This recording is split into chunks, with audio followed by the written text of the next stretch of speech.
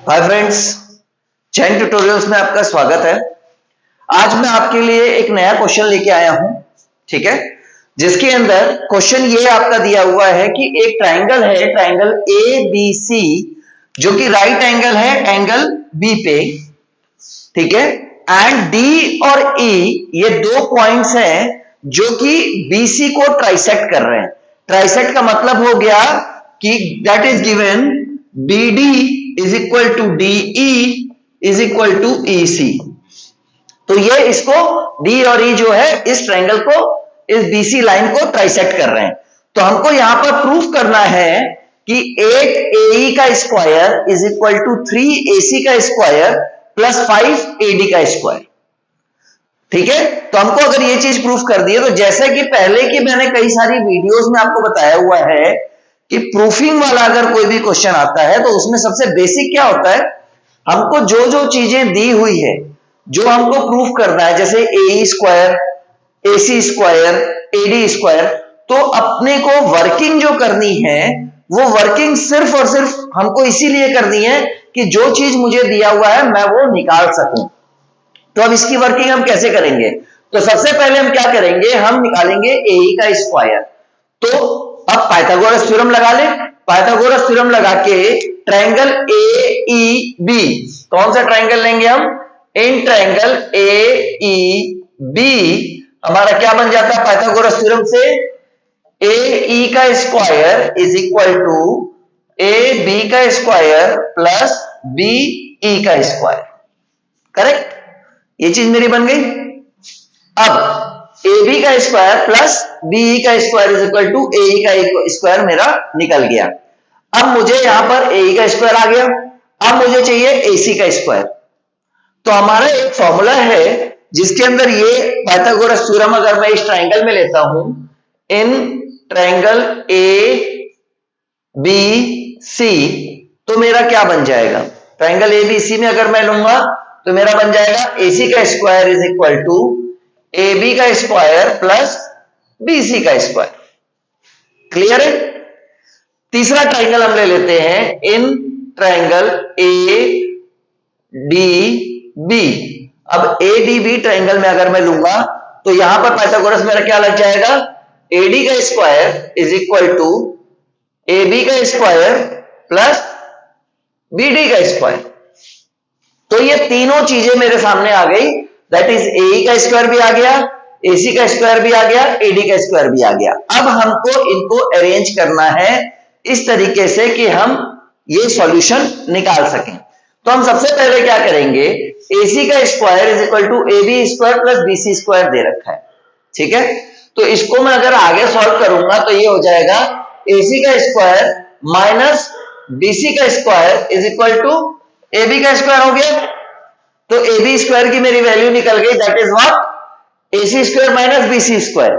तो हम सबसे पहले इक्वेशन नंबर 1 में पुट कर देते हैं किसकी वैल्यू? AB स्क्वायर की वैल्यू। तो यहां पर मेरा निकल जाएगा दैट इज AE का square is equal to AC का स्क्वायर माइनस BC का स्क्वायर प्लस BE का स्क्वायर। ये आ गया मेरा। अब उसके बाद देखिए, BC हो या BE हो, BE को भी आप BC के टर्म्स में लिख सकते हो, क्योंकि आपको पता है कि BD is equal to DE is equal to EC के बराबर है। तो ये इसको ट्राइसेक्ट कर रहा है, तो अभी हम आगे इसको लिखेंगे BE को BC के टर्म में, ठीक है। तो अब यहां पर अब तीसरा मैं देखता हूं जो कि मेरा ये दिया हुआ है, AD का square is equal to AB का स्क्वायर प्लस BD का स्क्वायर। अब मुझे AB का स्क्वायर भी नहीं चाहिए, मुझे BD का स्क्वायर भी नहीं चाहिए। तो अब हम क्या करते हैं, इसको हम कन्वर्ट कर लेंगे AD के टर्म में।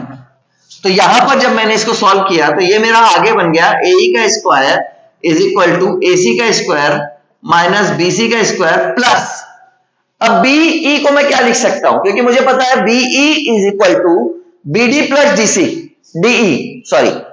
तो BE is equal to BD plus DE हो गया। तो ये पूरे 3 पार्ट्स में है, तो this is 1 part, this is 1 part and this is 1 part. तो BE is equal to 2/3 part. तो BE आपका हो जाएगा 2/3 ऑफ BC। इसका कर दे हम होल स्क्वायर।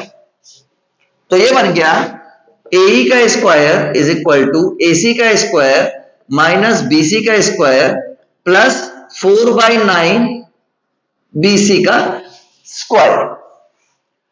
अब यहां पर मेरे को जो ये चीज दे रखी है, अब हम इसको सॉल्व करते हैं, जो कि मेरा दिया हुआ है AD का, ये मेरा क्वेश्चन अलग हो गया। अब यहां मेरे को दे रखा है AD का square is equal to AB का स्क्वायर प्लस BD का स्क्वायर। अब BD is what 1/3 of BC, तो यहां पर हो गया AD का स्क्वायर इज इक्वल टू, अब AB स्क्वायर को मैं क्या लिख सकता हूं, AC का स्क्वायर माइनस BC का स्क्वायर लिख सकता हूं, प्लस अब यहां BD का स्क्वायर है, इसको मैं लिख सकता हूं 1/3 ऑफ BC का होल स्क्वायर। तो अब जो है मेरा क्या बन गया, AD का square minus is equal to AC का स्क्वायर माइनस BC का स्क्वायर प्लस BC का स्क्वायर अपॉन 9, क्योंकि जब मैंने इसका स्क्वायर किया तो ये हो गया BC स्क्वायर अपॉन 9। तो अब मैं क्या करूंगा, अब मैं इसको एलसीएम ले लूं, एलसीएम लेके इसको सॉल्व कर ले तो हो जाएगा हमारा AD का square is equal to AC का स्क्वायर माइनस 9AD का स्क्वायर 9BC AC का स्क्वायर माइनस 9BC का स्क्वायर प्लस BC का स्क्वायर। तो जब हमने इसको एलसीएम ले लिया तो मेरा 9 इधर चला गया था, तो 9BC square plus BC square, तो ये हो जाएगा 8BC का स्क्वायर। तो हम इसको सीधा लिख सकते हैं 8BC का square is equal to 9AC का स्क्वायर माइनस 9AD का स्क्वायर। ठीक है, तो मतलब फाइनली मेरा क्या बना, BC का square is equal to 9AC का स्क्वायर माइनस 9AD का स्क्वायर अपॉन में 8। यहां से मैंने इसको सॉल्व कर लिया। ठीक है, अब मैं इसको आगे सॉल्व करना शुरू करूं, तो यहां पर BC स्क्वायर की वैल्यू भी मेरी आ गई AC और AD के टर्म्स में। इसको मैं एक बार यहां से रब करके साइड में लिख देता हूं।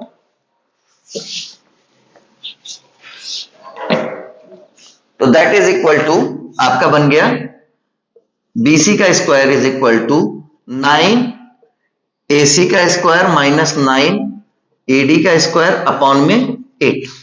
अब यहां पर मैं BC स्क्वायर की वैल्यू पुट कर दूंगा। पहले इसको हम सॉल्व कर लें, इसका भी एलसीएम ले लें।